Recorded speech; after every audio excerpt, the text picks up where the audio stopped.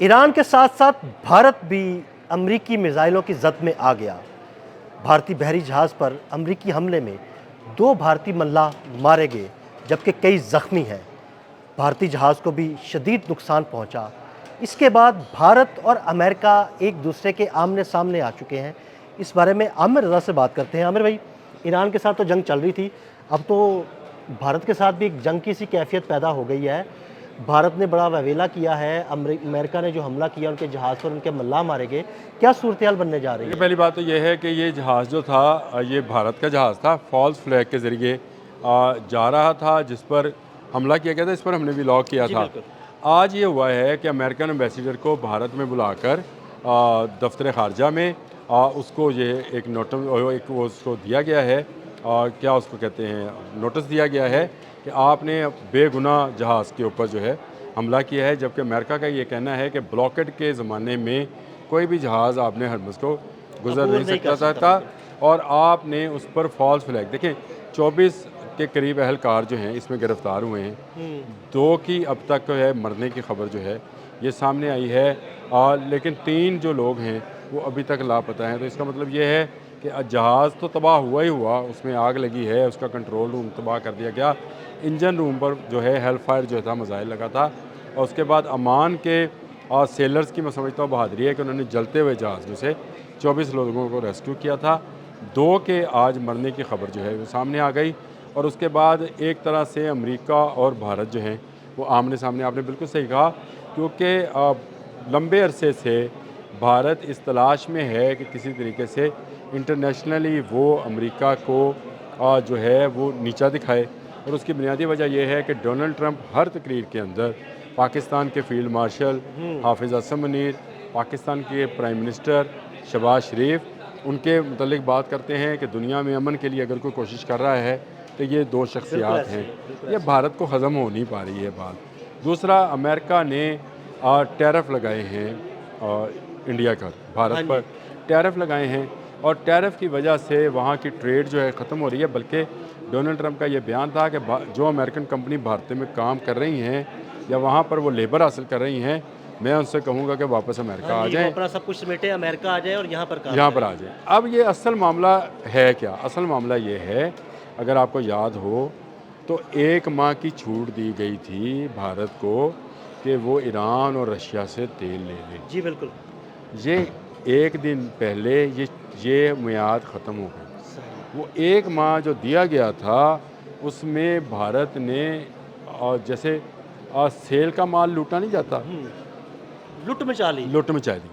और उसने नहीं देखा किस कंपनी का जहाज़ है, किस कंपनी का स्टाफ है, क्या नहीं है।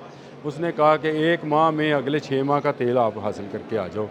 ये उसी चक्कर में ये जो ऑयल वेसल था ये खाली हुआ, इसको फॉल्स फ्लैग किया गया और उसके बाद इसको गुजारने की कोशिश की गई। पुलाव के झंडे के तले जो है ना, ये इसको आपने नाम भी भेजा याद गया दिला दिया ईरान, ताकि वहाँ से दोबारा से तेल भरे और ले आए।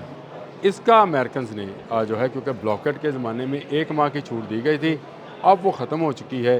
टेंशन शुरू हो चुकी थी। इजराइल अमेरिका और ईरान जो हैं आपस में मिसाइलबाजी कर रहे थे और दूसरी जानिब अमेरिका अब बड़ा हमला करने वाला था। इस दौरान उन्होंने भारतीय जहाज़ जो है उसको इबरत का निशान या बाकी लोगों के वो कह रहे थे कि हमने पहले उसको वार्निंग भी दी कि भाई ना ऐसा करो, उस तरफ मत जाओ, लेकिन वो वार्निंग जो है ना वो किसी खातिर में नहीं लाया, इसलिए फिर उस पर हमला किया। खातिर में क्यों नहीं लाया आपने और मैंने? जब ये कल इस पर बात की थी तो आप ही ने बताया था कि पुलाव जो है ये अमेरिका के ही अंडर एक मुल्क है, एक छोटा सा मुल्क है, देखिए बहुत जजीरे। हैं। इनके ख्याल में ये था कि पुलाव का फ्लैग देखकर जहाज़ को जो है अमेरिका कुछ नहीं कहेगा। ईरान क्योंकि ईरान रहा है तो ईरान का तो तेल बिकेगा, तो लिहाजा ईरान भी कुछ नहीं कहेगा। ये वो सूरत हाल थी जिसमें ओवर कॉन्फिडेंट होके इन्होंने, लेकिन मैंने आपको कल ही बताया था कि ये जो मैरी टाइम ट्रेड है, मैरी टाइम ट्रेड के हर जहाज़ के बारे में लोगों को बहुत सारी मालूमात है। तफसीलात होती है, उसका नंबर होता है, उसका नाम होता है, किस कंपनी के अंडर रजिस्टर्ड है, ये सारी चीज़ें होती हैं। अब कल हौसीज़ ने जो बाबुल मंदर के करीब एक जहाज़ पर फायरिंग की है, ये भी फॉल्स फ्लैग था, इजरायली जहाज़ था, ट्रेड के लिए निकला था, यूरोप जा रहा था। ने उसका पता लगा लिया कि भाई आप ये बताएं कि ये हौसी जो हैं इनको हम हौसी बागी कहते हैं। कोई इनके पास कोई मुल्क, कोई ऐसी चीज़ें नहीं हैं इनको कैसे पता चल गया कि ये जहाज़ जो है ये इसराइल से बिलोंग करता है और इस पर फायरिंग करनी है। तो इसका मतलब ये है कि ये मालूमात ईज़िली आसानी के साथ दस्तयाब हैं। दस्तयाब होती हैं ऐसे। शायद आपको और मुझे कंप्यूटर पे उस तरह से दस्तयाब ना हो, लेकिन बैनुल-अक़वामी सतह पर जिस तरह से स्टोरीज़, बहुत सारे सहाफ़ी हैं फ्रीलांस काम करते हैं, स्टोरीज़ बेचते हैं, जी, जी, वो स्टोरीज़ भेजते हैं, लेकिन आमिर भाई जो पूरा डेटा होता है ना बैनुल-अक़वामी मौजूद होता है। पानियों में जो जहाज़ मौजूद सफ़र होता करते हैं, है। उनका डेटा मौजूद होता है और वो मिल लेकिन सकता है। मेरा एक बिलीव ये भी है कि बहुत सारे फ्रीलांसर जासूस भी होते हाँ हैं। जी, हो सकता है। हाँ, ऐसे ही कि जो ये कोई किसी के लिए जासूसी का जासूसी कर रहा है, उससे पैसे ले रहा है, और उसके जासूसी पैसे कर दे रहा है, वो बता रहा है कि ये जो शिप निकला है ये किस फ्लैग के ज़रिए जो है वो क्रॉस करने की कोशिश करेगा। इस तरह की मालूम देखें, मैं मानता हूँ कि डाटा होता है, लेकिन इसके बावजूद मैंने कल भी ये बात कही थी कि दुनिया में अभी भी बहुत बड़ी स्मगलिंग जो है इन्हीं फॉल्स फ्लैग्स के नीचे होती है। अभी तक भी कज़ाक मौजूद हैं, बिल्कुल कज़ाक मौजूद है। पिछले दिनों उन्होंने पाकिस्तान के एक पाकिस्तान के जहाज़ जहाज़ पर कब्ज़ा कर पर लिया। सोमालियन कज़ाक जो सोमालियन हैं। कज़ाक, कई तो मुझे पाकिस्तानी फंसे हैं बताएं, अभी तक वहाँ पे। दुनिया चाँद पे और मरीख पे जाने की बात कर रही है, अभी तक हम कज़ाकों को भी नहीं पकड़ सके। तो ये जो ये चोरी छुपे चीज़ें लाने जाने वाले लोग हैं, इनका भी एक नेटवर्क है और इस नेटवर्क के अंदर भी कुछ जासूस मौजूद होंगे, जिसको सबक सिखाने के लिए अमेरिका ने जो है अपने अपाची के ज़रिए हेल फायर जो मिसाइल है वो लगाया और इसका इंजन रूम तबाह कर दिया। अभी भी आग लगी है, जहाज़ तबाह है और उसके स्टाफ को बड़ी मुश्किल से बचाया गया है। 2 के हलाक होने की खबर है, ये अल जज़ीरा ने दे भी दी ये स्टोरी और उन्होंने बताया कि 3 अभी भी लापता हैं और फिर अमेरिकन सफ़ीर को बुलाकर भारत ने अपना एहतजाज रिकॉर्ड किया है। एहतजाज ही रिकॉर्ड किया, बाकायदा वावेला किया। वावेला किया होगा, वावेला किया होगा, लेकिन मैं आपको बता दूं ये जंग अब जिस हौलनाक सिचुएशन में चलती जा रही है, तजारत तो बिल्कुल आप बंद ही समझे। हमारे वाकई तजारत बंद तजारत समझे कि बिल्कुल बंद है। मुझे तो लगता है कि ये एशिया, यूरोप, ये दोनों तो बहुत ज़्यादा सफ़र करेंगे। अफ्रीका भी, अफ्रीका, ऑब्वियसली अफ्रीका हाँ, भी। अफ्रीका भी। बिल्कुल। ये तीनों जो हैं ये बहुत सफ़र करेंगे। एशिया के वो ममालिक बचेंगे जो जैसे रशिया है, जिसके पास अपना तेल है, अपना अपनी तेल है, अपनी गैस गैस है, है, बिल्कुल। वो शायद इससे बच जाएं। बाकी तो पूरा यूरोप आपको और अफ्रीका और एशिया जो है वो आपको मैं समझता हूँ कि महंगाई में डूबता हुआ नज़र आएगा।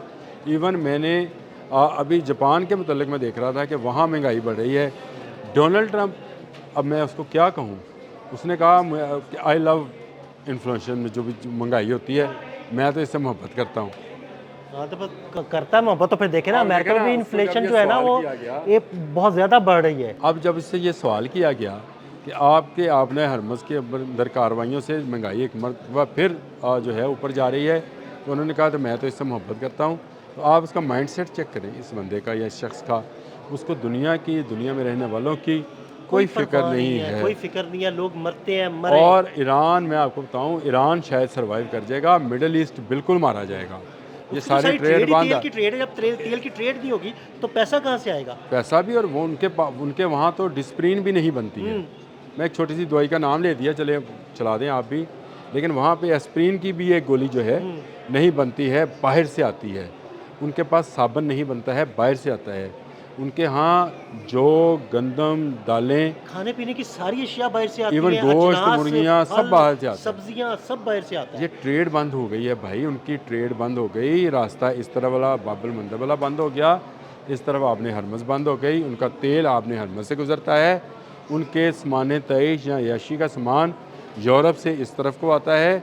ये सारा ही अगर बंद हो गया तो मुझे तो खौलनाक इस वक्त सिचुएशन लग रही है, वो आपके गल्फ़ की लग रही है। गल्फ़ के ममालिक जो है आने वाले दिनों में अगर ये जंग 1 माह या 1.5 माह मज़ीद प्रोलॉन्ग करती है तो कैसे सर्वाइव करेंगे, मेरी समझ में नहीं आ रहा।